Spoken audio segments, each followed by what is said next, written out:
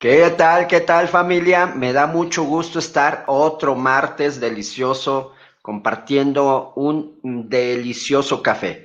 De verdad creo que cada martes nos está nutriendo con historias, con conocimiento, por supuesto, pero sobre todo con fragmentos de vida que han significado gran parte de lo que tú y yo estamos viviendo con nuestro proyecto en común. Hoy estoy muy agradecido con Dios y muy contento de tener a una persona que admiro mucho y que vamos a platicar con él de la manera más natural que podamos encontrar. Así que bienvenidos a todos, Angie, Cabañas, Carlos, bienvenidos, Belén, Franco, qué gusto que estés por acá. Sol, bienvenida, Edgar, Adolfo, Mike, a todos, bienvenidos. Ya saben que nuestro invitado está dispuesto a contestar preguntas, así que si tienes preguntas con toda confianza y pues para no quitar más tiempo, le doy la bienvenida a nuestro queridísimo invitado de honor, Foster Owusu. Foster, how are you? Thank you for being here. Listen, I am doing just super good, and it's an honor for me to be here with you, my friend, and to have an early morning coffee with you from Toronto, Canada, all the way to Mexico. Cheers, my friend. Pues dice Foster que está muy honrado de estar con nosotros, de poder compartir un café y poder platicar. Foster, all the people from Mexico, we have people from Guatemala, Colombia, Peru, Ecuador, Mexico, of course, and United States. And they say hi to you. I hope they make some question to you. Le digo a Foster que le mandamos saludos, todas las personas de México, Guatemala, Colombia, y si tienen preguntas, se las voy a hacer llegar para que ustedes puedan también saber un poco de la historia de Foster. Foster. Yes. You moved from Ghana to Canada, looking for a better way to live. In that moment, what was in your heart to make that change, that big change? Le pregunto a Foster que él se mueve de Ghana, donde él es, del oeste de África, a Canadá buscando una mejor manera de vivir. Le pregunto que qué es lo que en su corazón había para buscar eso de una manera tan radical. Rolando, there's something about the human spirit that I would say, regardless of where you are on this planet, everybody has a desire for more. Everybody has a desire for a better life. And that was the foundational reason why I left my home country to come to North America. Great. Nos dice que todo ser humano tiene el espíritu de crecer, de progresar. No importa dónde esté, no importa cómo esté, todos los seres humanos tienen esa flama interna de querer crecer. Y esa fue el principal motivo del por qué él dejó casa y se movió a Canadá. At a time when I left my country, it was a military, let's say, leadership. So there was no democratic government at a time when I was leaving my country. And it was very difficult to think about the future when there was no democratic way of governing. So that was the foundational reason also. Perfecto. Nos dice que cuando él estaba en su país no había democracia, que era un gobierno militar básicamente, por lo cual no había seguridad de futuro y pues la mejor opción que tenía era buscar otro lugar para volver a empezar y buscó obviamente Canadá. Moving from your place, your culture, your language is a big challenge. What was the first challenge you got when you got to Canada? Pregunto que pues moverse de tu país, de tu lenguaje, de tu cultura es todo un reto. Y le pregunto pues obviamente cuál fue el primer reto que se encontró al llegar a Canadá. Yeah, obviously the first shock was the weather for me. I came from a very Wow. warm climate, Yeah, sure. and I arrived in Canada. It was very cold at the time for me. And then I also landed in Montreal. So that was on the French side. And I did not know a word of French when I landed here. So I would say from day one, it was a struggle. Yeah, sure.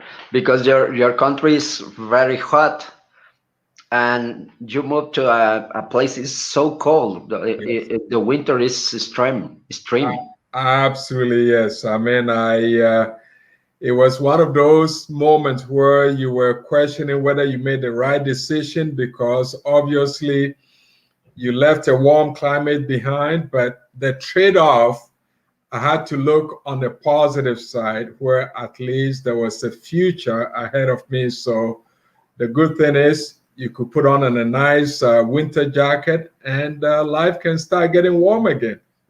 Wow, sí. Bueno, pues nos comenta que su primer reto que tuvo de moverse, obviamente, de su país, que es un país cálido, muy cálido, a Canadá fue el frío y que no tenía él una referencia de ese tipo de frío. Y obviamente no estaba ni acostumbrado ni con la ropa adecuada, con los accesorios adecuados. Y pues ese fue su primer reto. Y por supuesto que todo el cambio que vino después le hizo dudar si había tomado la decisión correcta. Foster, when you think about it, think about if you took the right decision in that moment of insecurity, of doubt, most of the people quit. What makes you keep on? Le pregunto que cuando estamos en momentos de reto, donde todo lo vemos contrario a lo que esperábamos y que obviamente en esos momentos donde todo se sale de control de lo que esperábamos, lo más fácil para todos es renunciar. ¿Qué le hizo continuar? Eso es lo que le pregunté. Rolando, that question is very, very important. And whether it's a personal question to me or a question for all of us, in other words, what is the will for us to succeed in our journey? This is a very critical question, and I hope your listeners are paying attention. And I will simply use 5 words to describe this, and I'll call it the will to do it or the hunger to do it. Oh, great. Great. Nos dice que esta es una pregunta crucial. Es una pregunta que es precisamente, no la pregunta solamente para él de qué fue lo que lo hizo impulsarse o mantenerse, sino es una pregunta que nos puede dar a todos nosotros una razón del por qué tener éxito o fracasar. Y la diferencia es el querer tener éxito, el deseo o el hambre de querer tener éxito, que es una gran diferencia. It's a big difference, Foster, the desire and the hunger. Most of us can think that it's the same. I desire something, I really want it, but it's not enough. Yeah, I mean, obviously, in your language, you use a very important word that I have been practicing. It's called compromiso, and I call it commitment. Yeah, sure. Desire is just the very first stage. I have written about this called the triple D. The first one is the desire, but the second one is decision. You have to make decision. You know, the desire to want a better life is a desire, but that is just the beginning. Yeah. Until you make the decision, which is the second D, and then the third one is the most important one, is the determination. Yeah, sure. And the determination is where if you have the desire and the hunger, it's only the determination that is going to keep you in the game because winners don't quit. Awesome, awesome. Bueno, pues nos dice precisamente, porque yo le preguntaba que hay una pequeña línea entre el deseo y el hambre. El deseo y el hambre, porque todos tenemos deseos y todos queremos lograr algo, pero no todos encontramos esa fuerza, esa hambre. Y nos dice algo maravilloso que lo explica con las 3D. Las 3D que constituyen, por llamarle así, el componente del hambre, es primero el deseo, que es obviamente la parte de la visión, del querer algo. La segunda D es la decisión. Y la decisión, obviamente, es cuando tú decides, y como lo hemos platicado, una decisión corta con todo tu pasado y empieza una nueva historia a partir de esa decisión. Y la tercera D es determinación. Y la determinación es simplemente lo hago, es hacer algo y no importa qué, solo hacerlo. Y eso es lo que precisamente podemos decir que es lo que le da la composición a esa hambre, ese deseo profundo. Foster, when I sometime I heard from you that when you met network marketing, somebody asked you if you can believe that there are some people that earn in 1 month than others earn in 1 year. I heard from you. I really impact that video that you share. Le pregunto a Foster que le digo que en algún momento yo escuché un video de él que hablaba de que alguien le preguntó que si él podría creer que hay personas que ganan en un mes lo que otros ganan en un año y que hay personas que ganan en un mes lo que otros se llevan más años. Y lo escuché por él. Y precisamente la pregunta es que si esto fue lo que lo atrajo al network marketing. That question that person makes you, that the one that introduced you to network marketing? That was not the very first question that I experienced, but that was when I would say the light came on. You see, what happens is we all desire stuff, but sometimes before we make the decision to have the determination to do the work, there has to be a much bigger picture. So when the person asks the question, Foster, what will change in your life if your yearly income suddenly becomes your monthly income? What will change? Wow. Oh my goodness. Suddenly I'm thinking, I can travel to Europe, I can travel all over the world, I can travel to Mexico, I can help people. And suddenly I start thinking big because you see, Rolando, the point is, most of us, we think small all the time. Yeah. Because of our current situation.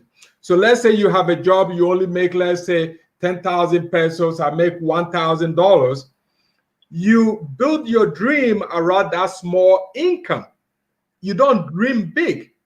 You shrink your dreams to fit the income, but that's the wrong way. Yeah. So if you can think that what you are making in a whole year, whether it's $12,000 or $20,000 a year, if you can end that in 1 month, what can you do? Wow, the light came on for me. And I can tell you, Rolando, when I start making those kind of money, my life changed. Yeah, sure. That question makes me blow my mind when I heard from you that question, because that's amazing, because your mind explodes, it go without a limit, because that is very true, because the mind is also like a parachute. It only functions when it opens. But when the mind is closed, like the parachute doesn't function when the parachute is closed. But if you're in a plane and the parachute open, now you can land peacefully. It's a beautiful imagination. Let me translate. Please do. La pregunta que le hice obviamente fue que si esa persona que le preguntó esa pregunta de si podría creer que habría personas que ganaran en un mes lo que otros ganan en un año o más, que la pregunta realmente fue, ¿cómo cambiaría tu vida si ganando lo que ganas en un año, lo ganaras en un mes? Y si ese mes fuera consecutivo y fuera creciendo, ¿cómo cambiaría tu vida? ¿Qué cambiaría en tu vida? Esa es una pregunta que les hago a todos ustedes, amigos, de verdad, porque es algo espectacular lo que nos explica. Y precisamente nos explica que esa pregunta hizo que su mente explotara, creciera, porque regularmente nosotros tenemos el concepto de que con lo que gano en un año tengo que adaptarme y tengo que ajustarme, por lo cual tu mente la reduces, ajustar en ese presupuesto. Pero cuando logras expandir tu mente, ¿qué pasaría en tu vida? ¿Qué cambiaría en tu vida si tú ganaras en un mes lo que antes ganabas en un año? ¿Qué cambiaría? ¿Qué podrías hacer? ¿Qué podrías solucionar? Y entonces su mente creció. Y precisamente nos hace la comparativa de que todos tenemos una mente que es como un paracaídas, ¿no? Y ese paracaídas puede ser un paracaídas igual para todos, pero que no se abre, por lo cual es inservible como tal, solamente está ahí, pero en el momento que lo usas y lo expandes, puedes volar. Y eso es precisamente una de las preguntas, una de los aprendizajes que yo he tenido más importantes con Foster. Foster, when you have a very hard time in Canada, uh, I think it was before network marketing. Uh, you were working, trying to make a living, and suddenly network marketing came to you. What did you think when somebody talked about this industry? Well,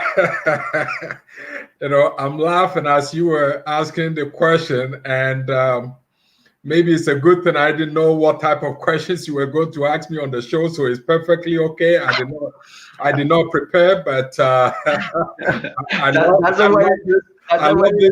love this interactive and surprising questions. But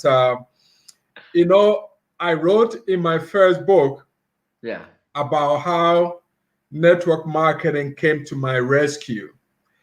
And again, not everybody can understand this, but assuming that you found yourself in a cage like a bird, or let's say an animal that is, caged, and they have no place else to go, and somebody comes and opens the gate and sets you free. For me, network marketing came to my rescue, and I hope as I'm putting it in this context, your people can understand. I'm going to let you explain this, that network marketing came to my rescue, and I'll explain further from there.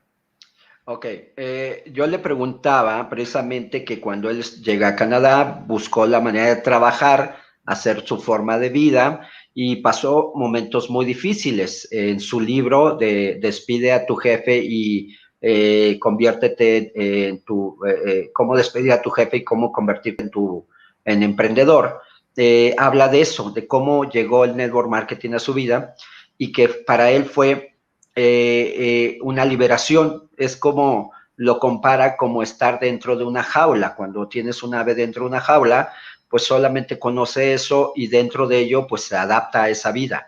Pero cuando abren la puerta, simplemente apenas aprendes a volar, apenas aprendes a dimensionar que hay un mundo fuera de la jaula. Okay. So now think about this, Rolando. Sí. Just think about this.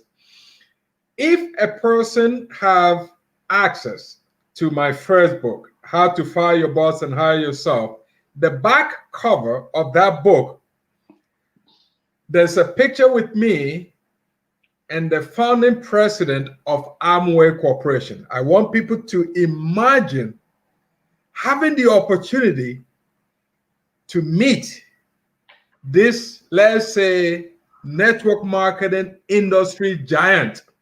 Yeah. And the man looked at me straight in the eye and he tapped me on my shoulder. He says, son, you keep doing what you're doing because you have the right posture, the right attitude. You keep doing what you're doing, you're going to become free financially. I did not know much about this man in 1989, 31 years ago, but I believed him. Just translate this and I'll tell you more. Sure. En el libro que escribió Cómo despedir a tu jefe y volverte tu propio, vamos, jefe, como explica en la parte de atrás, en la portada, en la contraportada, viene una foto de él con el ex CEO de Amway. Y obviamente él no tenía una dimensión de todo lo que era este gran emprendedor, este empresario tan grande, pero que él le dijo que le tocó el hombro y le dijo, hijo, llevas una gran actitud, tienes una postura muy clara, muy fuerte, y si tú sigues haciendo esto, vas a ser libre financieramente. Él nos dice que no estaba, vamos, seguro de lo que le estaba diciendo, pero eso fue poco antes de 1999. Así que eso de alguna manera influyó en todo lo que ha pasado. So just imagine 31 years ago, there was a magazine called the Fortune magazine, and they had a list of the world's richest people. And number 56, I believe, and 57 or 55, 56, was the founder of Amway Corporation, listed in there. The whole world, among the world's richest 101 richest people. And the man who tapped me and blessed me with the hope that this industry has a future for me. I was so excited. I was young. I was new to the industry. I didn't know anything about network marketing, but they were talking about an opportunity to earn $2,000 a month. For me in Canada, as a new immigrant, I was so excited. I said, if I can get $2,000 a month, I don't need to work. I can go to school. I can study. I can, integrate into this society. And for me, that was when the light came on for me. Awesome. Bueno, pues nos dice precisamente que este hombre pues fue el fundador realmente de Amway y que estaba dentro de los 55, 56 hombres más ricos del mundo. Y que cuando él le dijo eso, le dio ese mensaje, le estaba tan emocionado, pero extremadamente emocionado, porque él se puso a imaginar cómo sería su vida ganando $2,000 en ese tiempo, hace 30 y tantos años, y esos $2,000 a él le hubiera dado la posibilidad, como recién inmigrante a Canadá, de estudiar, de aprender, de desarrollarse, y lo emocionó tanto que es cuando él realmente empieza a involucrarse en esta industria. Foster, your first company was Amway? That is correct. Right. That is correct. So just imagine today, you and I, our company, we are around $200 million a year. This particular company I'm referring to, of course, doing over $8 billion a year. And to have the owner of that company to tap you on the shoulder and to bless you with a hope for your future. This is a man that I would say president of the United States travel in his private jet. This is a very successful man. And to have his hand to touch you, that is like a blessing. So when I say, it's like me coming out of the cage, it's like, wow. Ok, bueno, pues obviamente le pregunté si era su primera compañía, Amway, nos dice que sí, y que para él fue toda una experiencia increíble que este hombre se haya fijado, que le haya tocado el hombro y le haya dicho esas palabras, porque estamos hablando de uno de los hombres más ricos del mundo. Si hace la comparativa, que hoy nosotros en nuestra empresa, somos una empresa que estamos llegando a los $200 millones al año, y esta empresa genera $8 billones al año. O sea, es el monstruo más grande de la industria de network marketing, y obviamente para él fue así como que fue donde se liberó su jaula. Foster, many people, when start in network marketing, we have big dreams. We have, and the hope that everything goes perfect since the beginning. All the people who wants to be with you. All the people is gonna love your product. But some moment that is not true. What was your challenge in that moment? Le pregunto que todas las personas que entramos a network marketing tenemos el sueño y el deseo, la esperanza de que al empezar todo vaya perfecto, que toda la gente quiera estar en tu negocio, que toda la gente quiera tu producto, ame tu producto, y de repente no sucede así. ¿Qué fue lo que él enfrentó en ese momento de reto? Rolando, this question is one of those important questions that I think, as I said from beginning, it doesn't matter which continent you visit. It doesn't matter which country, it doesn't matter which city, it doesn't matter which village.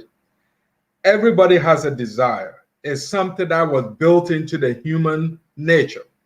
However, some believe, some don't believe. Sometimes some people, because of bad, experience, they don't believe even when something is real. But life, you have to look at it that there is a reason why we have negative and positive. You have to find at least a middle ground to make an objective decision. And I'm going to expand on that, particularly when it comes to our company. Even if somebody had failed in the past, yes, maybe there were reasons why they failed. But now I'm going to give them reason why they should look at our particular company. And I'll share a little bit about my own story when I joined our company, what I saw, and some of the decisions that I made that brought me here. Bueno, obviamente le preguntaba que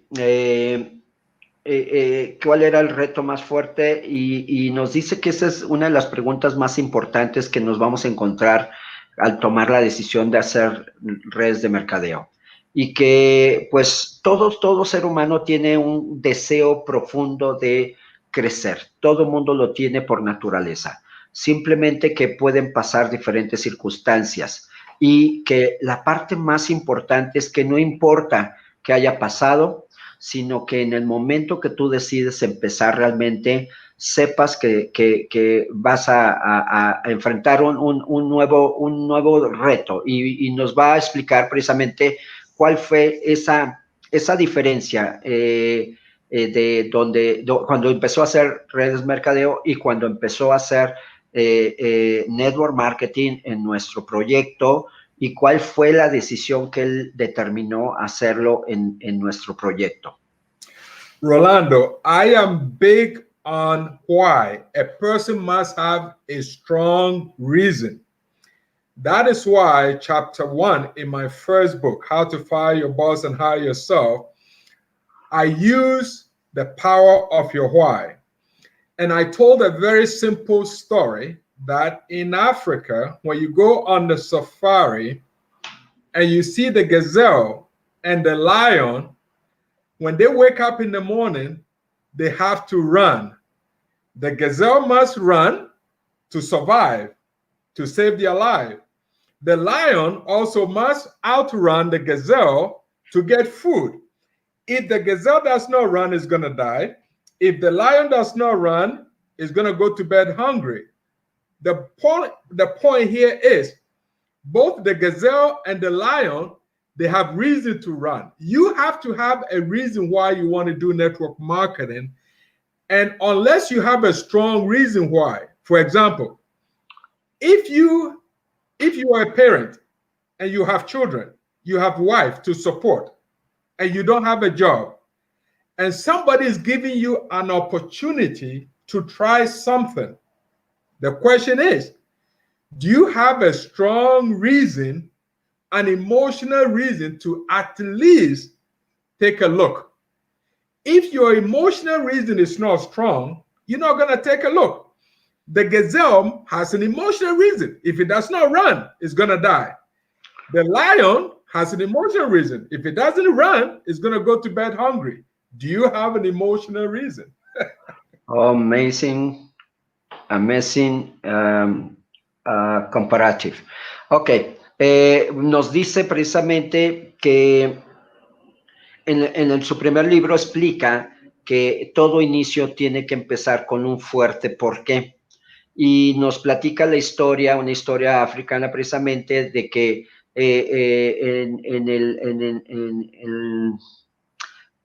en África, todas las mañanas, una gacela corre por su vida y un león corre por su comida, ¿no? Entonces la gacela tiene que correr para que el león no la alcance, protegiendo su vida, y el león tiene que correr detrás de la gacela para tener comida para él y para sus crías, ¿no?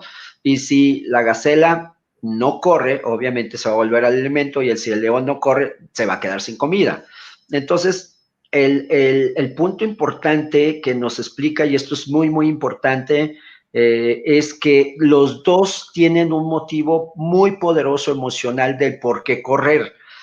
Nos dice que toda persona que empiece en network marketing debe tener un motivo muy poderoso del por qué escuchar y por qué poner atención a una oportunidad diferente, por qué descubrir algo diferente, un motivo muy poderoso personal, una emoción muy profunda del por qué buscar algo mejor.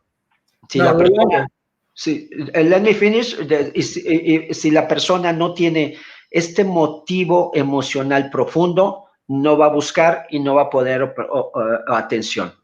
Yes, Foster, go on. Yeah, so to find an emotional reason, of course, in life, we are all at different levels in life.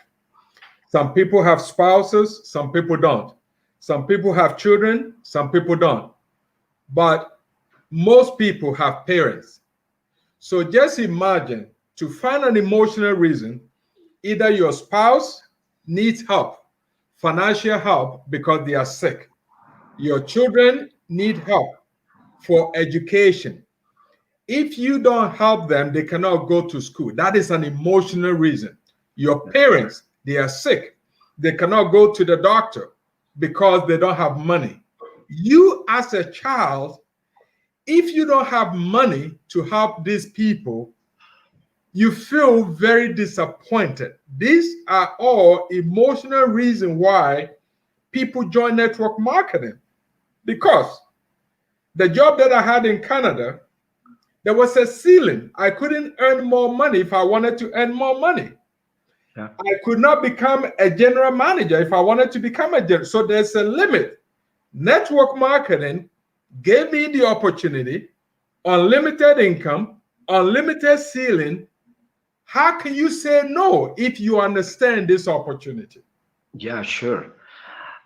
Nos dice obviamente que el motivo emocional es tan importante que todos tenemos o hijos o esposa o padres, y si no tienes esposa e hijos, tienes padres, y que en algún momento van a necesitar de ti, y que ese motivo es uno de los porqués más poderosos que creo que es el porqué más poderoso, ese por quién trabajar, por quién esforzarte, por quién dar más.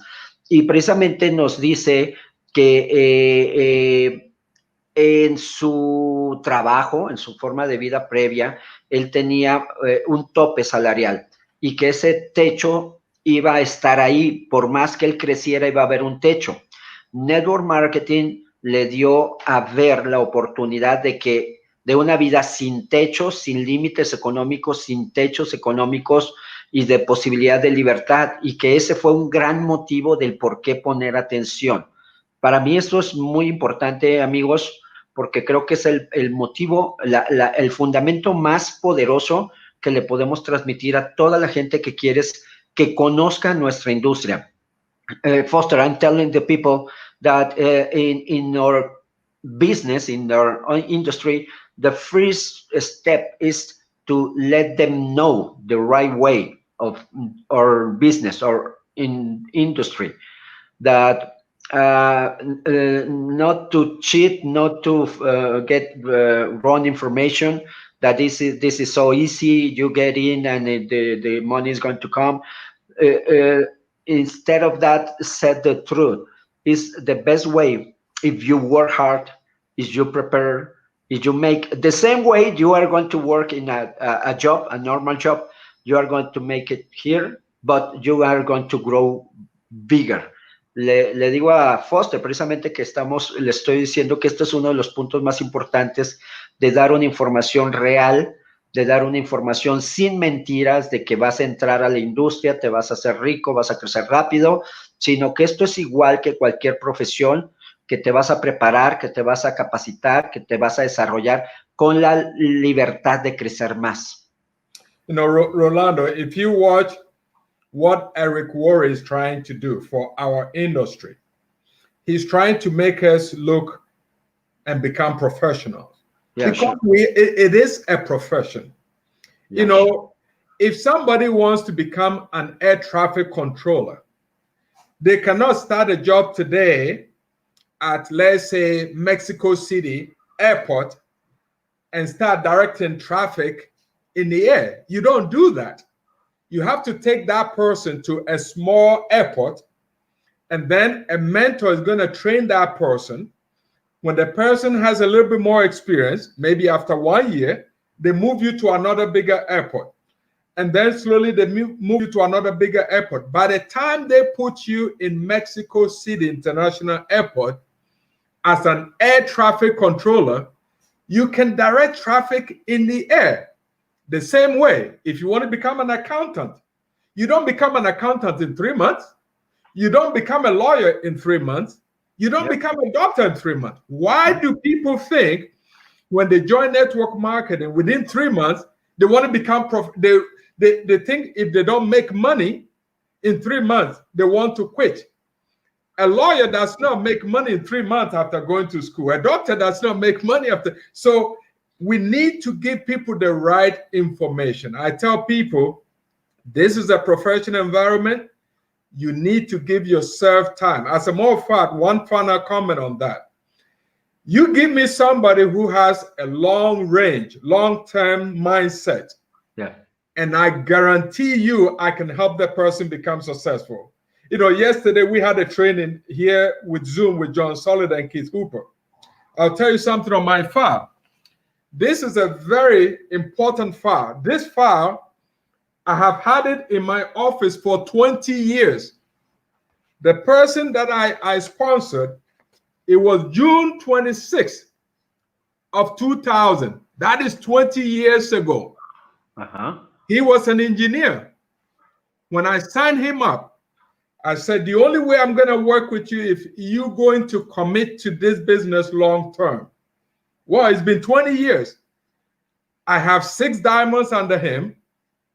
We have built executive diamond under him. We have 2 members in the Millionaire Club under him. That is success, long term. Wow. Bueno, lo explico. Entendiendo que esta es una profesión, como nos lo comparte, es una profesión que él le dice a las personas que le den la oportunidad de pensar en esto a largo plazo, que no existe ningún abogado que gane o que se prepare en 3 meses y gane dinero, ningún médico que en unos meses se prepare y gane mucho dinero, ninguna profesión va a funcionar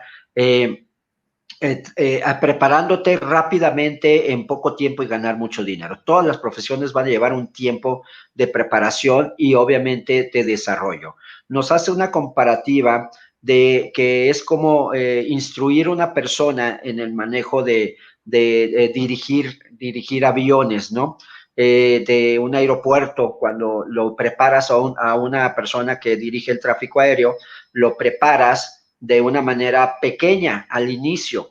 y obviamente lo vas preparando para que maneje una pequeña área, un pequeño aeropuerto, y lo vas desarrollando hasta ponerlo en uno de los aeropuertos más complicados, que es el de la Ciudad de México, que es el que nos dice.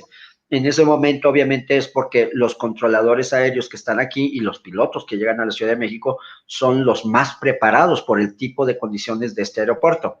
Y que de esa manera es como va llevando a una persona gradualmente al crecimiento.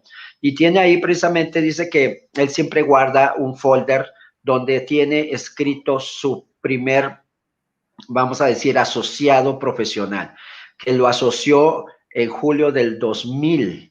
Estamos hablando de 20 años, 2000, y que en ese momento habló con él y hizo un compromiso a largo plazo, que esta persona hoy es un diamante ejecutivo que tiene 6 diamantes en su organización, son club de millonarios, y obviamente eso para él es éxito a largo plazo.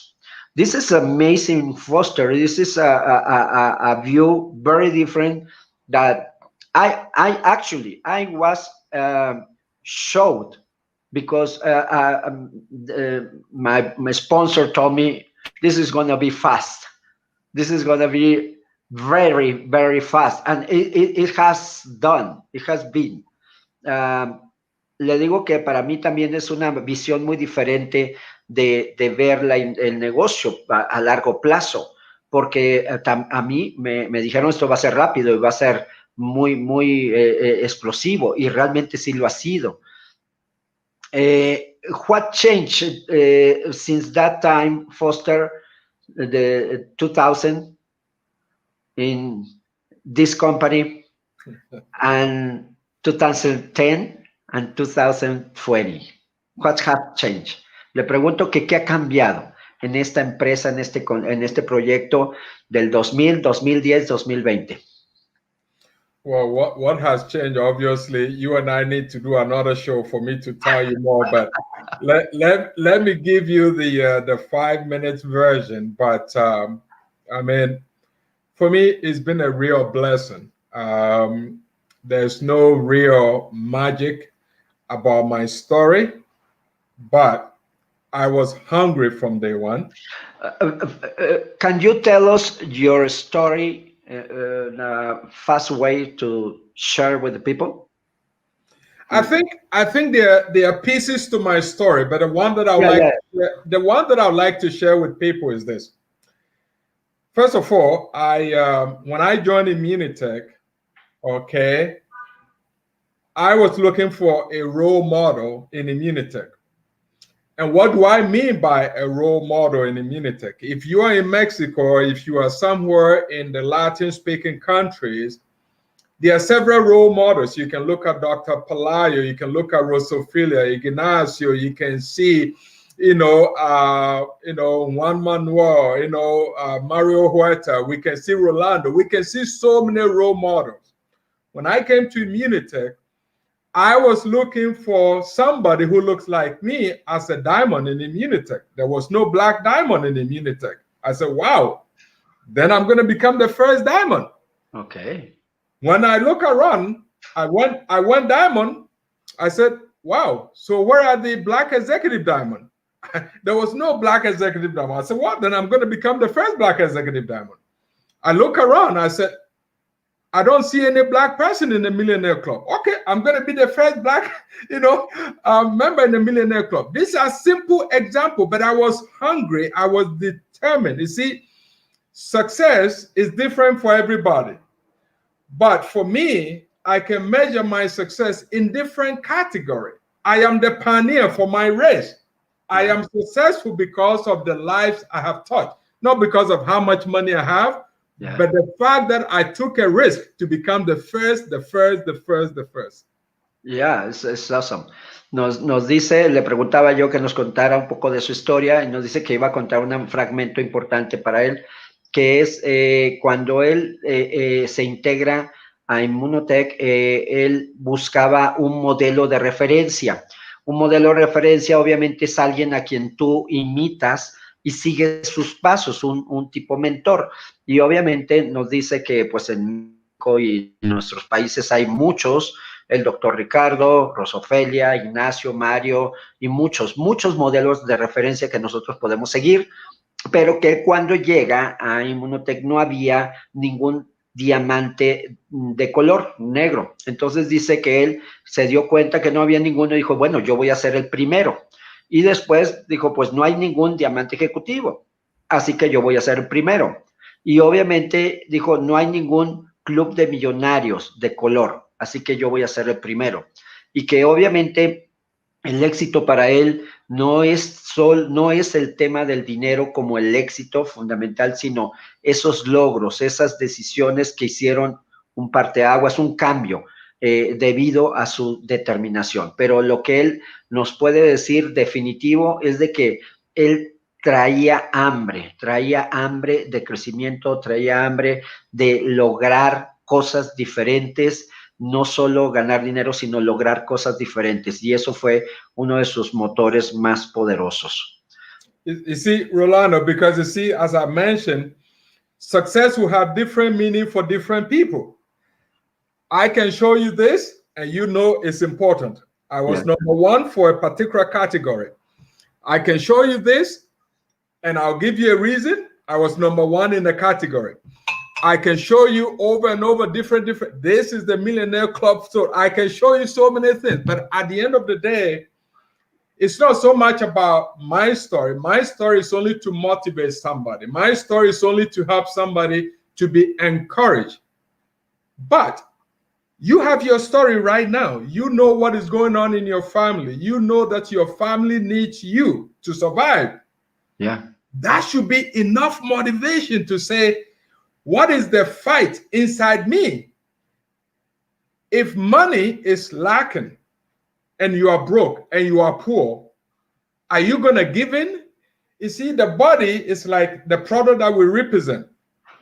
There is an outside enemy called disease. It's trying to enter this body. You have a medical background. Yeah. If disease is entering your body, do you just go like this, or you fight back by taking supplement, by taking medicine? Yeah. The same way success, you have to fight poverty, because when you become successful, it's not just your family. When I celebrated my 20th anniversary, I went to Colombia, not for the business. I went to Colombia to help the homeless, the church. I spent time in Colombia to build churches. That is success, not for me, but to make somebody's life better. Wow, so awesome.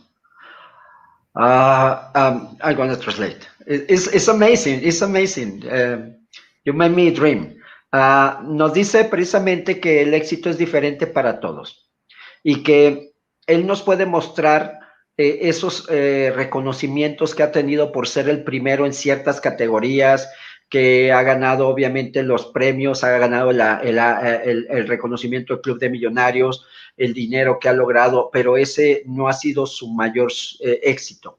Que él quiere hacer que su historia es para motivar personas, que cuando él comparte su historia es para motivar personas que no encuentran una motivación.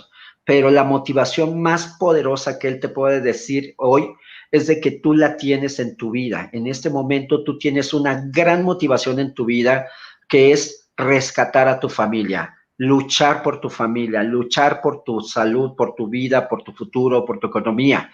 Nos dice que si estás quebrado, si estás pobre, que veas esto como una enfermedad, que cuando tú te enfermas, tienes esa enfermedad tratando de entrar a tu cuerpo o entró a tu cuerpo y tú vas a luchar contra ella buscando la medicina, buscando los suplementos para luchar y recuperarte. Y eso es luchar contra la enfermedad. Igualmente, luchar contra la pobreza es busca los medios, busca la medicina y obviamente sana esta parte de enfermedad financiera. Que para él el éxito ha sido algo muy, muy grande, muy importante, porque no ha sido el presumir el dinero, sino que hace 2 años él se fue a Colombia no hacer negocio. Sabemos que se aperturó Colombia hace 2 años, pero él no se fue a hacer el negocio, sino se fue a trabajar en misiones, a construir una iglesia, a ayudar a otras personas, y que para él el éxito es la contribución que hoy puede dar a otras personas para que su vida sea mejor. Somebody asked a few minutes ago if you have lost the floor, if you has lost your view of life like this way, and that in some moment when the success came up in your life. So if I understand the question, somebody wanted to know if I lost hope. No, if you lost your mind when you got successful. No, you're kidding me. You're kidding me. No, you see who you are today, you can only become more of you in the future when you become successful. If you're a good person, if you care about humanity, when you become successful, you just do more of that. The people you see around that are successful, but they've lost their mind, they already lost their mind before they became successful. So if you were a bad person, and you are mean to people, you don't care about your family, you don't care about your neighbors, if you are that type of person, no amount of money is going to make you happy. I am happy when I have less. I am happy when I have more. Does that mean I like to be broke? No, but what I'm saying is how I treat my neighbor has nothing to do with money. You have to understand that who you are today, if you are a bad person and you become super rich, which I'm not super rich, I am comfortable. But if you're a bad person and you become super rich, you just become a bad person at a higher level. If you're a nice person and you are broke at this point, when you become successful, if you watch me, and I can send you pictures you can share with your group. When I'm in Mexico or even at this big convention and I meet people, especially the ones with little children, sometimes the children, they want to come to me and their parents not sure if I take them and I carry them like my own children. Who you are should not change because of your level of success. If there is somebody who exemplifies that, and you are all very fortunate to have somebody like Dr. Palayo. He's a God-given to our company. His discipline, his love for people, his commitment, and his humble. Those are the people that are giant. Rank, money, those things you can attain. But you don't have to become a platinum or executive diamond to show that you are successful. You can be successful even at a diamond, if that's what makes you financially independent. You see, the rank is a bonus, but I don't think you should lose your mind. Don't become local. That was a question from some of the people. It's a valid question. It's a good question because there are so many ignorant and arrogant people when they become successful, and it's unfortunate. Bueno, yo le preguntaba porque hubo una pregunta, creo que no me acuerdo de quién, pero que si no había perdido el piso cuando se convirtió en una persona muy exitosa. Y obviamente él me dice, no, o sea, por favor, lo que debemos entender es que una persona es, antes de ser exitosa o no, lo que es, y que cuando vas creciendo puedes ser una muy mala persona, y obviamente mientras más creces te vuelves una peor persona con mucho dinero, puedes ser millonario y vas a ser el máximo nivel de mala persona millonaria, como puedes ser una gran persona que crece y pasa a ser una maravillosa persona millonaria, y que no tiene que ver nada el hecho del éxito como tal, sino lo que eres tú en tu vida cotidiana, cómo tratas a tu vecino, cómo tratas a las personas, que él es una persona que siempre ha sido así, que no tiene nada que enmascarar con el éxito o no, porque a él le gusta la gente, ser una persona natural con la gente, sobre todo cuando va a eventos y van, conocen niños, los carga, los quiere como si fueran sus propios hijos, porque es algo que él ya lo tiene de su naturaleza, de su vida, y que al final la única diferencia es quién eres tú o quién es la persona antes de el éxito. Una buena persona, mala persona. This is very important, Foster, because it's very common. I can tell it's very common that people become successful in business, but they're change a lot. They don't know how to manage. You know the amount of money that came into their life. The way of the look the around is different. That's why I think that my friend asked that because it's common. It's common. Well, and that is that person asks a very important question, because you see, success is supposed to be an attractive thing. But Yeah. some people, when they become successful, I'll tell you, even our own company, I have been to Mexico. I have watched this. We have a convention. Some of us are in a line. Somebody come from behind because he or she is an executive diamond or platinum. They don't want to stand in line. They just come, and because now they think their rank is more important than who they are. And Yeah. I watch it myself. Yeah, The sure. same way people think that when they become successful, now they look at the person who is now starting, thinking that those people are below them. But you see, in the eyes of God, we're all the same. Yeah, sure. But, different opportunities landed for different people at different times. So one advice I like to give people is, don't compare your success to anybody's success. Don't think that because somebody is this high, you are not successful. You have to define your own success. You are not in competition with anybody. When I'm competing with Foster, not Rolando, not with Palayo, not with Rosa. I'm competing with Foster. Why? Because Foster has his own standard. Yeah. If you told me that you want me on your show, I have a standard to keep my commitment. I don't want to disappoint you. So I was ready. That is who I am. When I give you my commitment, it's a commitment. And I think the more we engage in personal development and I understand that who you become at the end, I guarantee you, it doesn't matter how much money you have, Rolando. It doesn't matter how much money I have. Yeah. The day you and I die, 100 years from now, nobody's going to take that money with us. No So way. at the end of the day, what is more important? It's only your name. Yeah, sure, sure.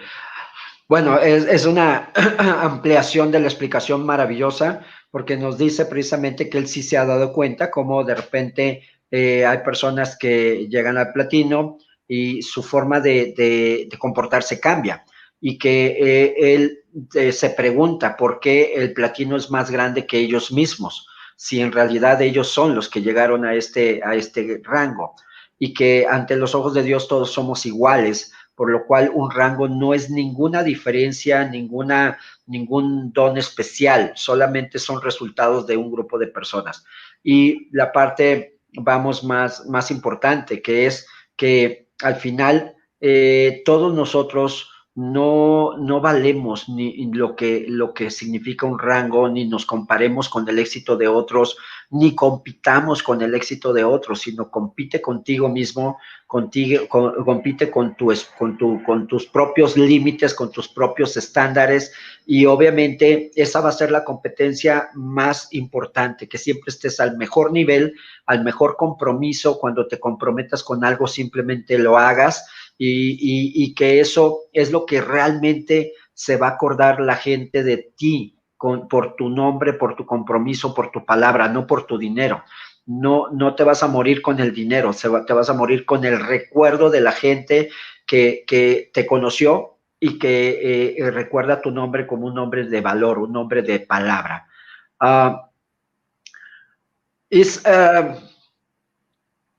Well, I'm going to ask you something from the people here, Lucy. As if you, how do you manage the rejection, the fear of rejection of the people? Okay, so the best way to handle rejection is to not take rejection personal. That is the first advice I will give you. You have to understand that we cannot control the outcome of any presentation. So I tell people the best way is to go to the presentation well prepared in advance. Make sure you know your Immunotech history. Make sure you know a little bit about Immunocard. Make sure you know a little bit about network marketing. You know, I teach a 4-step level of presentation, which is knowledge, know your audience, be a professional. All this, if you do your work right, at the end of the day, don't have any attachment to the outcome, because I can do a perfect presentation to Rolando, but if Rolando is not ready today, Rolando can say, I want some time to think about it, or I need to go and talk to my spouse, or right now is not a good time for me. This is not rejection. If somebody says no to the opportunity, it's not no to you. And little children don't think about rejection. Only adults think about rejection. I can come in front of your house right now and I will say, Rolando, do you want to buy chocolate? And you will say, no, I don't need chocolate. That is not rejection. You can go to a coffee shop or you can go to a restaurant to have food, and the waiter will come and say, would you like to have coffee? Maybe you don't drink coffee, you drink tea. If you say, no, I don't like coffee, can you imagine if the waiter collapsed? Because now somebody said no. Yeah.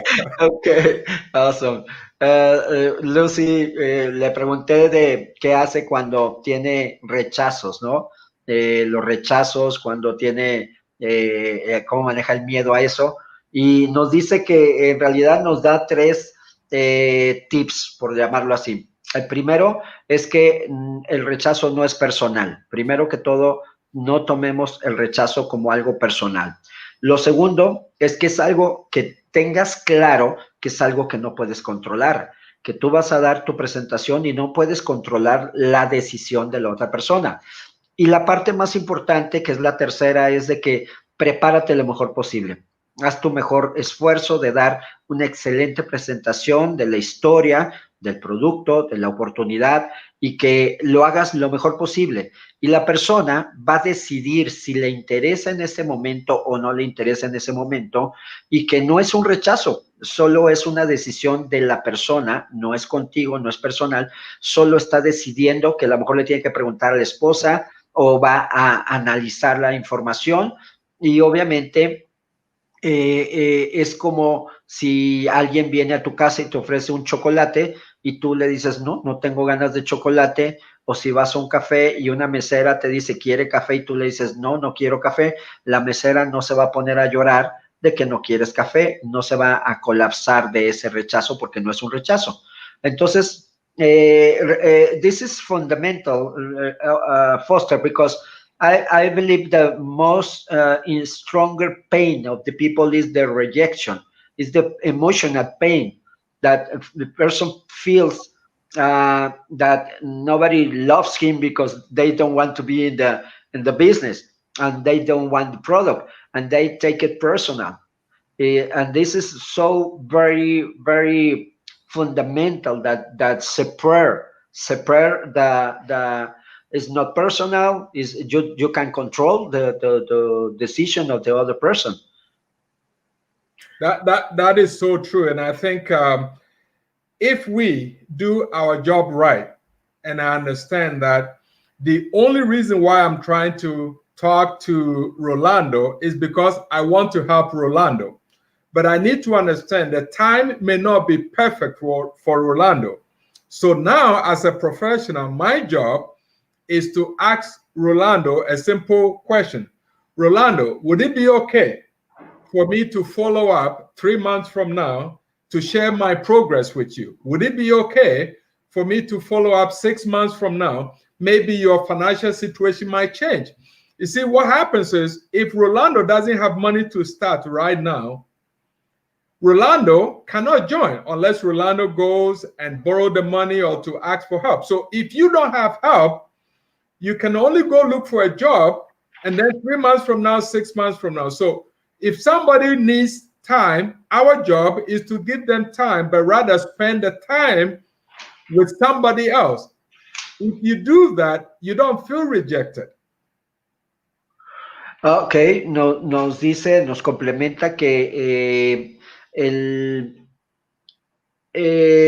lo que debemos hacer cuando alguien te dice que no es solamente preguntar si le podemos llamar en unos meses para platicarle qué está pasando con nuestro negocio, para comentarles cómo nos está yendo, si le podemos llamar en 6 meses, si podemos darle un seguimiento de información.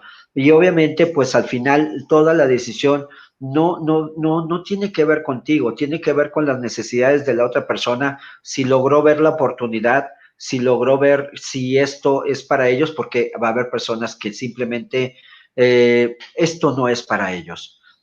Foster, I think since I got in network marketing, I have a very different view before of knowing the industry, before knowing immunity, of course. But when I got involved, really, I understand that this is not a good business, it's a good mission of life. It became different. It became something bigger, something stronger. Um, uh, I think this is the only way I know that you can rescue, really rescue people from sickness and from poverty. Poor, You know, you have said it so well, Rolando, because you see, when you hear about a missionary, whether from Europe, going to Mexico, going to Africa, or you see what we do, the driving force is about making people's lives better. okay. If you see what Immunocal does by strengthening the immune system, by raising glutathione level, once you understand the benefit of that, and then you realize that the company that we represent and the industry of network marketing, they have used a different method of distribution to help the average person like you and I to have a business where we can also help somebody. To me, this is the best mission, the best humanitarian rescue mission that anybody can have. Because you see, again, I'm not trying to promote my book, but in my book, I mentioned you can give a person a fish and they eat. And then you have to go and give them a fish again and they eat. But if you teach them how to fish, now they have enough fish to look after their family for a lifetime.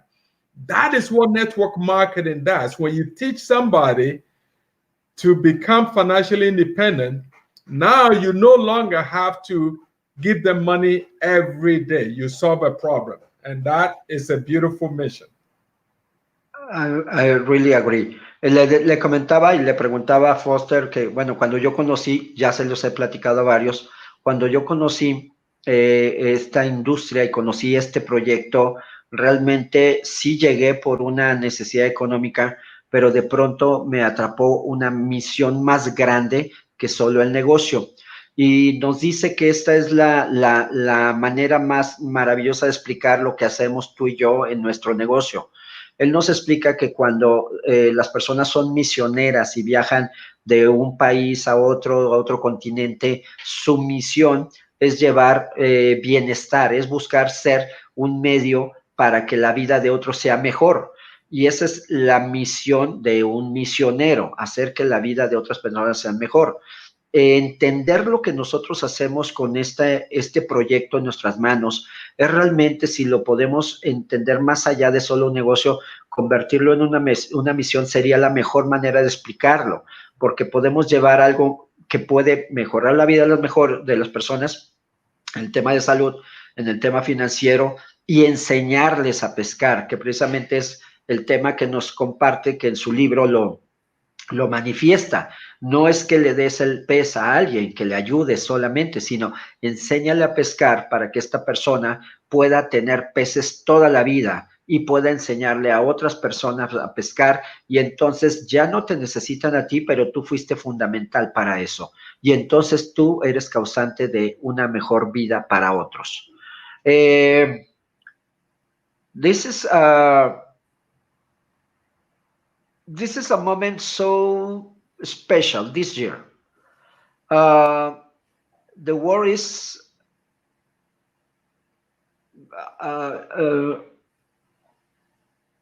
totally around, totally overhead, and we are so blessed. We are in, Dr. Pelayo said someday, we are in the ark of Noé, because the world is having a big problem in health, in money, and we are separate. We are floating about that. And when he said that, I said, yes, that's right. We have to rescue people. Rolando, you guys have a smart mentor, and I, last November when we were on a cruise, and I was talking to Dr. Pelayo and his wife Elizabeth, Dr. Elizabeth, and I prayed with them. But we talked about some stuff, and I said, we cannot force people to do this business. And I shared something with him, and I said, just like Noah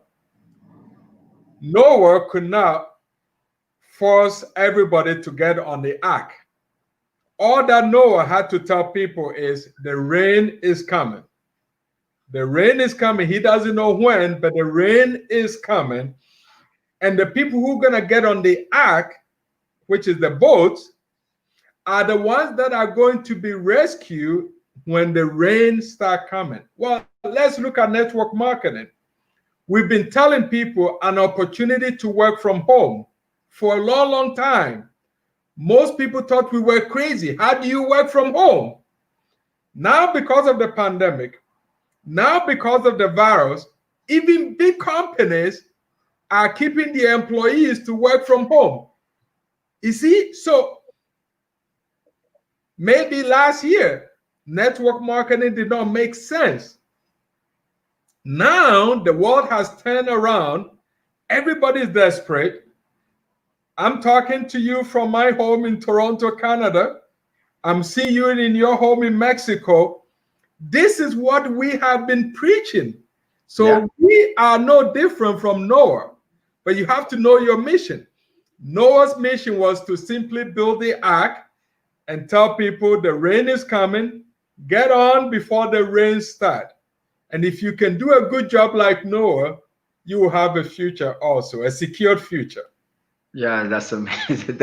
Okay. Yo le decía precisamente a Foster de que estamos en un momento muy diferente, donde el mundo está de cabeza, donde la pandemia nos situó en una realidad diferente, y que hace unos meses, cuando empezó todo esto, el doctor Ricardo nos dijo que si nosotros nos damos cuenta, estamos como en el arca de Noé, precisamente, y que esto nos ha mantenido fuera de ese grave cataclismo que está sucediendo fuera en el mundo. Entonces nos comenta Foster precisamente que él platicaba con Ricardo, con el doctor en noviembre en el crucero pasado, y hablaban de eso precisamente, y le decía que pues es precisamente nuestro trabajo, es avisarle a la gente de que viene la lluvia y que hay un arca donde se pueden subir, y que no saben cuándo va a llegar la lluvia, pero súbete porque esto nos puede salvar. Y nos comenta que todavía el año pasado el network marketing no tenía esta definición de un trabajo seguro desde casa, que cualquiera se burlaba cuando hablábamos de un trabajo desde casa porque todos tenían que ir a trabajar. Sin embargo, desde que empezó la pandemia, la gran mayoría de la gente trabaja en casa y esto que nosotros hacemos se volvió una realidad, lo que habíamos dicho, lo que habíamos tratado de sembrar la semilla de que hay un trabajo desde casa que te puede dar un bienestar mejor y que nuestro trabajo, nuestra misión es regar esa semilla. Nos podemos rescatar a mucha gente invitándola a que suba a esa arca, no convenciéndola, no forzándola, porque no podemos hacer eso, pero sí podemos regar la semilla, regar la voz de que existe un arca que nos puede salvar y que hoy, estando en esta situación, él está en Toronto, yo estoy acá en México, estamos platicando y todos podemos estar haciendo negocios desde casa, lo que siempre se ha dicho de la industria. Hoy es una realidad y otras empresas pues siguen trabajando desde casa en un formato tradicional. Sin embargo, nosotros, pues nuestro negocio siempre ha sido así. Foster, how do you see the future? How do you see the future for our business, for the industry, of course, for business? Rolando, I am so excited about our future, our collective future. Yeah, sure. And I'll tell you why, for several reasons. 3 more months and it will be 22 years for me with Immunitech. And if you can feel my energy and my excitement, I am just as happy today as I started 22 years ago. And I'll tell you why. I have several pictures in my office, in my home. My very first picture with the first president of Immunitech was taken exactly 2 weeks after I joined the company. And on that picture, there's a beautiful statement that I wrote on it. And I said, I like to think that my investment with Immunitech is not $500, but $500,000. That was 22 years ago when I wrote that on that picture. Next time I'll show it to you. I'll take a picture and I'll send it to you. So fast forward. Where I live, I am only 30 minutes away from where Mr. Dieterbeer, the founding president of Immunitech, he lives only 30 minutes from my home. Okay. He's 85 years old. So the future of Immunitech, let me give you the future of Immunitech. Our first president and founders, they are 80 years old. Our new president and CEO is only 41, 42 years old. Your future, my future, 20 years from now, he's still going to be 60, young man. 30 years from now, he's still going to be young, 70. He's sharp. He's committed. He has a vision. If I tell you how excited I am about the future of Immunitech, you have no idea. So maybe 10 years ago, I could have said I was comfortable. I was semi-retired. But my friend, I'm back to work, man. You watch Foster in action. Yeah, I'm sure of that. Le pregunto a Foster cómo ve el futuro de nuestro negocio y me dice algo muy interesante, que él vive a solo 30 minutos de donde vive Dieter Dier, que es el fundador, por llamarlo así, de Immunotech, y que tiene 85 años y es un hombre mayor, pero muy exitoso, y que ellos empezaron hace 22 años este negocio, que hoy lo único que se le viene a la mente es que nuestro futuro va a ser maravilloso por un motivo. Tenemos un CEO muy joven, un hombre de 40 años acaso va a llegar apenas, y que en 20 años él va a estar apenas llegando a los 60 y es un hombre hoy con una gran visión, con una gran inteligencia financiera y es un hombre con una pasión de hacer cosas diferentes por el mundo a través de este proyecto. Que él lo único que sabe es que en 20 años Va a ser un hombre mayor, va a estar semi-retirado, pero va a estar trabajando con la misma pasión que hoy, que 22 años después de haber empezado en este negocio, está igual de emocionado que cuando empezó, porque sabe que lo mejor apenas está por llegar, que para cuando él empezó hizo un dibujo, un postcard de su visión a futuro, desde el dinero, de lo que quería, que eso ya todo lo ha tenido y que hoy puede decir que apenas empieza lo más grande de lo que es de nuestro negocio como tal. This is amazing. I'm going to ask you something that make me think so much the couple of weeks when we talk about the new book. There were some principles that you wrote. That principles there were everyone was very important, but there were two so significant for me. The give love to others. In business, usually we don't talk about love. We talk about business and money and negotiations. How can you explain that? Le pregunto que en el nuevo libro, hablamos hace un par de semanas de este nuevo libro y hay dos principios y los principios son espectaculares. Este libro está maravilloso, por lo cual les invito a que lo lean como el primer libro de Foster. Y que hay dos principios. Le pregunté del primero que me impactó mucho, que es da amor, y que en los negocios regularmente no se habla de esto, se habla de números, se habla de ganancias y se habla de negociaciones. Give love. What do you mean with that? You know, there's no easy way to explain this without giving example. Yeah, so sure. Let's say right now, I am on this show with you, Rolando. You are not part of my organization. Yeah.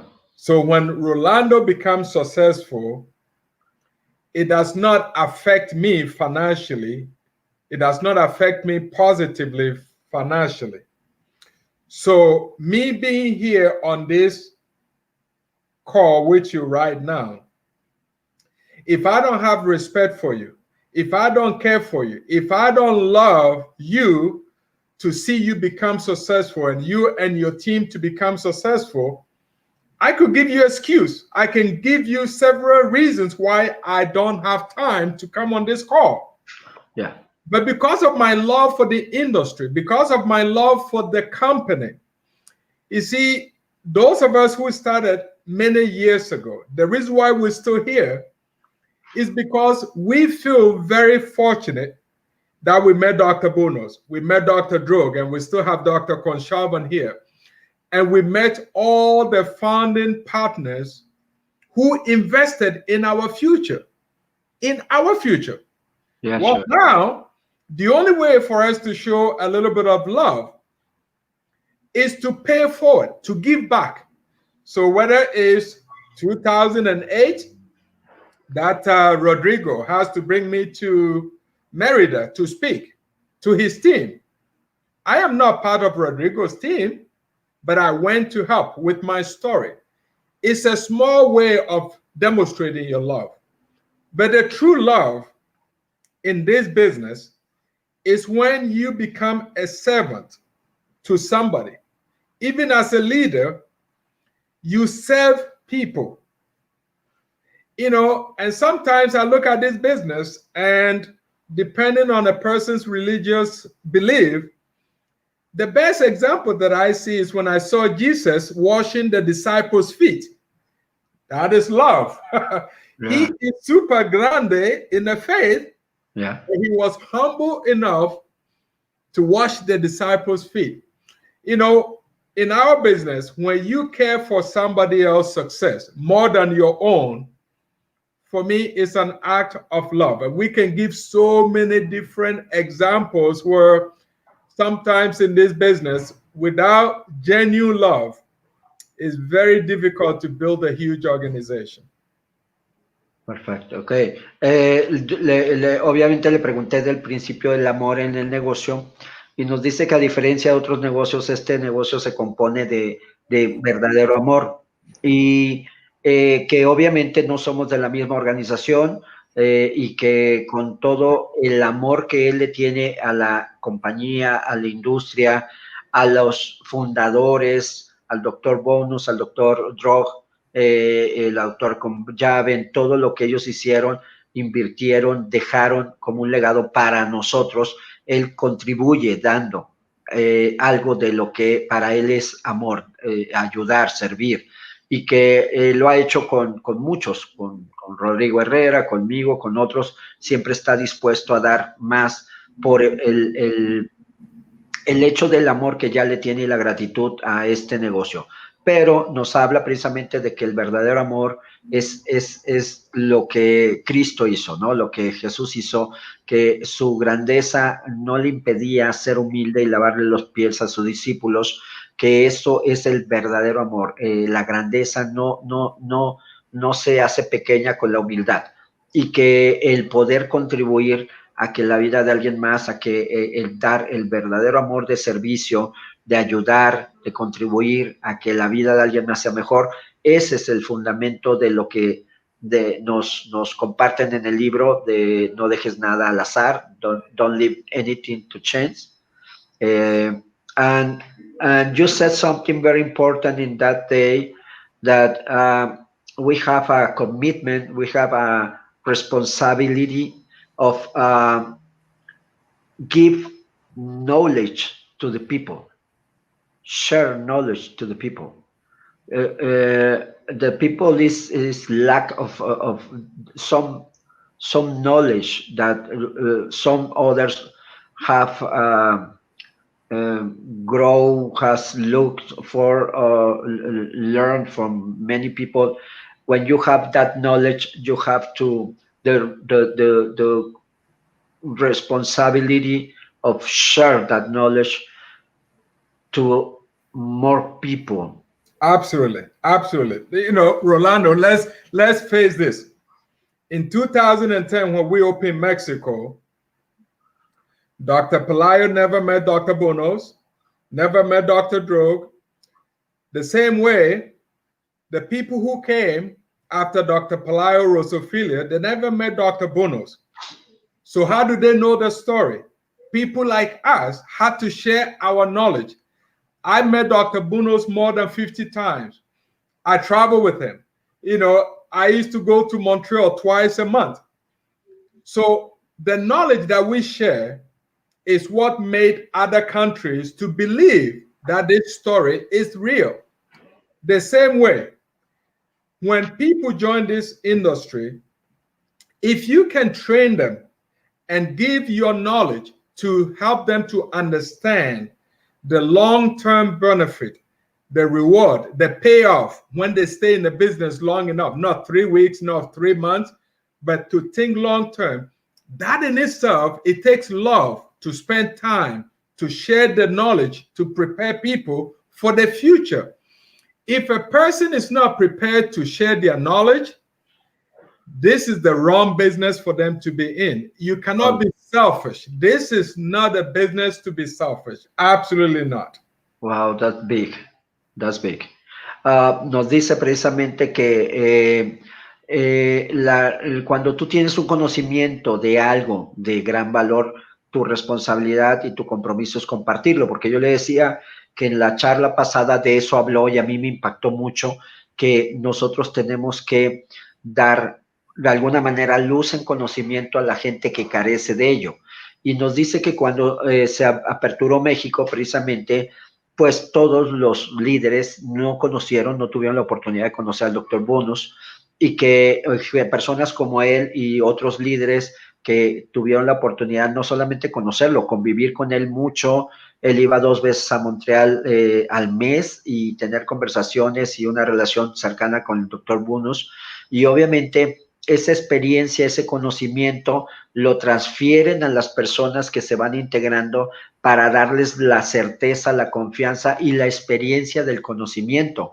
Eso es parte también del amor, el poder dar ese legado de conocimiento con amor, con el deseo de que esto pueda de verdad trascender en esto que es nuestra misión. Y dice algo muy, muy importante, pero grande. Si las personas que están haciendo este negocio, si nosotros que estamos haciendo este negocio, no estamos preparados para dar el conocimiento, compartir el conocimiento con amor, quizás este no sea el negocio para nosotros. Que lo tenemos que evaluar mucho porque esa es una de las necesidades del corazón de este negocio, compartir con amor todo el conocimiento que tengas, dalo con amor. Si no estás preparado para eso, quizás no estás preparado para este negocio. That is so big, Foster, because maybe some people can make mixed up with the secret of the business. No, if I have the secret, I'm successful. My team is growing. I don't want to share because it's my secret. It's the secret of my team, and that can make. I don't have an opinion about that, but it would be bigger in the soul of that person. That person would be bigger in their love if they share to others that can, or they're gonna take more time to get to the same experience, to the same results. But if they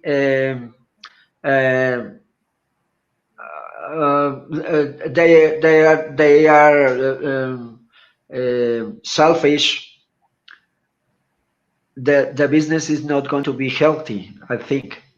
Rolando, I'm going to say one thing and I'll be back in 2 minutes. So I need to say something quickly to, unfortunately, I have a contractor doing some work for me, so my apologies for the noise. But here's the question I want to address.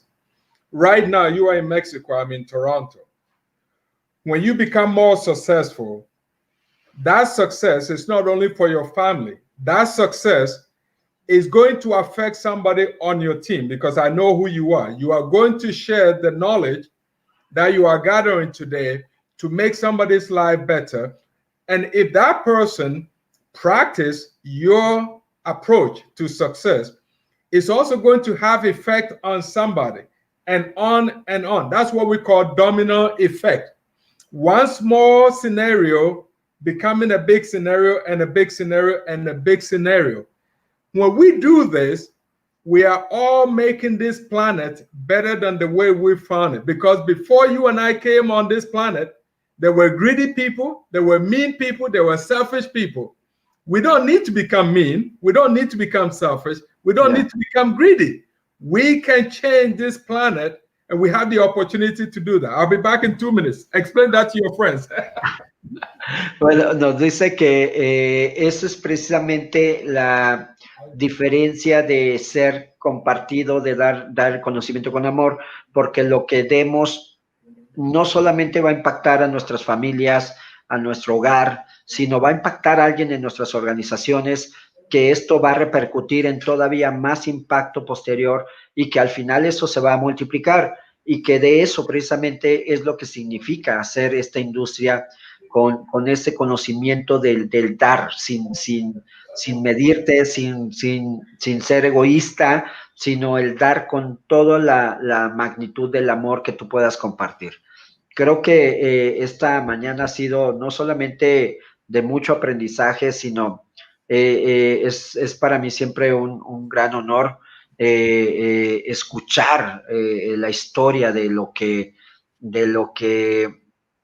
vivieron los pioneros. Foster, how can you explain your experience with Dr. Bonus in short time? How can you explain Dr. Bonus in your view? Yeah. That's a big one. You know, first time I met Dr. Bonus was in February of 1999.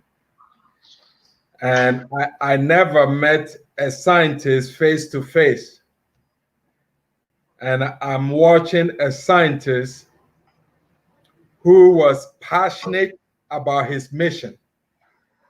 He was so determined to find a solution to a problem, whatever the problem was. He was so committed. This man, you look at his eyes, and you can tell he believed in this project, Immunocal. There was no question, no doubt that he knew that Immunocal was going to make an impact on this planet. There was no question. Wow. Maybe exactly what time, he didn't know, but for sure, his vision, his mission was so clear. And I'm telling you, it was inspiring to watch his commitment. Unbelievable. Le preguntaba, obviamente, que nos compartiera su visión del Dr. Bonus, cómo lo describiría él desde su perspectiva, y nos dice que él conoció al Dr. Bonus en 1999 y que desde que lo vio se quedó sorprendido de conocer a un verdadero científico, un científico que estaba comprometido con encontrar la solución de algo, que desde que veía sus ojos veía tanta pasión y tanta seguridad de que iba a encontrar algo grande, algo que iba a impactar el mundo, que en ese momento no tenían idea de lo que iba a pasar, no tenían el conocimiento de lo que podía llegar a ser este descubrimiento inmunocal, pero que sabía que iba a llegar a impactar el mundo y tenía la determinación de llevarlo a ese nivel, de que su descubrimiento llegara a todo el mundo. Y esa es una de las cosas que él más recuerda del Dr. Bonus, de conocerlo, de apasionarse, porque compartía con determinación y pasión que contagiaba a todos los demás. Foster, I know you are very busy man, and I'm so glad, so grateful with you, with your knowledge, with your story, with all and the time you gave us. This is, I know we have a more talk for other time, but I wanted to thank you. Le digo que muchas gracias por el tiempo, por sus conocimientos, por su inspiración, y que sé que hay mucho que platicar para otra vez, pero le doy las gracias a nombre de todos. I want to say that, Rolando, before I say bye to you and your friends, I want people to take Immunotech seriously, to look at Immunocal as a product that is impacting lives. And if you look at Mauricio Domazen, our CEO, his mission, he has made it so clear that we are not going to be the biggest. That is not the mission. We may become the biggest, but that is not the goal. The goal is to become the best. Yeah. The best involve you and I becoming good at what we do.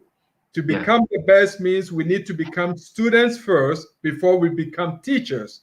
Yeah, sure. And we need to know what we have in our hands, because only when you know what you have, then you're going to be so committed for long term. Because if you don't know what you have, then you try for 3 months or 6 months and you don't become rich, you're going to quit.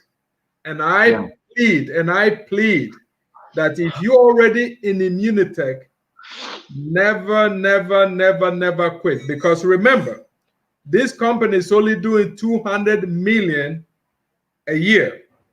It's going to become $1 billion company, just like some companies doing 8 billion in a year. You don't want to miss that opportunity. That's the only advice I want to give these people. Thank you for having me on the call. Appreciate it. Amazing view. Nos dice Foster que para despedirse quiere decirles algo muy importante. Si tú ya estás en Immunotech, que te des cuenta lo que tenemos como valor. Tenemos un producto único, tenemos una empresa con visión, tenemos un CEO con una visión espectacular y un compromiso y pasión de llevar a ser esta compañía, no la más grande porque no es la meta, sino la mejor. Podemos llegar a ser la más grande, quizás Dios nos permita eso, pero sí vamos a hacerla mejor por nuestro compromiso, por nuestra dedicación, por nuestra misión, y que lo que él te quiere decir, que si tú ya estás en Inmunotech, te des cuenta de lo que tienes en las manos, porque estamos hoy siendo una empresa pequeña que apenas estamos haciendo, llegando a 200 millones de dólares anuales, pero existen empresas que hacen 8 billones o más, y que en muy poco tiempo vamos a ser una empresa que genere 1 billón o más billones de dólares de ventas al año, y tú no te debes perder eso. Así que te pide que no renuncies, te lo pide por favor, no renuncies. If people is in in some disadvantage, some struggle moments, difficult moments, how can you tell you pass through that, you pass through a very big challenge? How can you tell these people that I know so many people disconnected right now that is having a bad moment, a bad time? How can you tell don't quit with your heart? Rolando, I can, you know my story, and I try not to get into my story too much, because not only that I don't want to cry, but we don't want to make people cry. But here's the thing. In life, there are so many good people out there who are willing to help you. Yeah, sure. Just like in our business, you may be struggling right now, but there are some good uplines, there are some good leaders who are willing to help you. Is every leader ready to help? I don't know. But I struggled from beginning. I did not have a great upline. My good upline now, John Solider, the first 2 years, he was busy doing other things. So I struggled. But, there were other people like Wally Krolick, who were in the business a year longer than me. I worked with them. So I don't encourage people leave their team. I don't encourage that. But find support. Find some webinars. Find some Zoom that you can get the knowledge.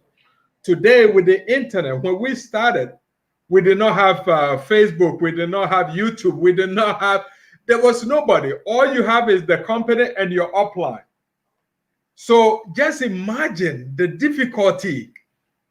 Before we opened Mexico, my volume was already what today you would call close to being a platinum. And we did not have an internet, no YouTube. So there's enough tools, enough resources. GoPro, Eric Worre is one channel. Don't give up your dream just because you are struggling. Because remember, today's sacrifice is what is going to build tomorrow's dream. Yeah, sure.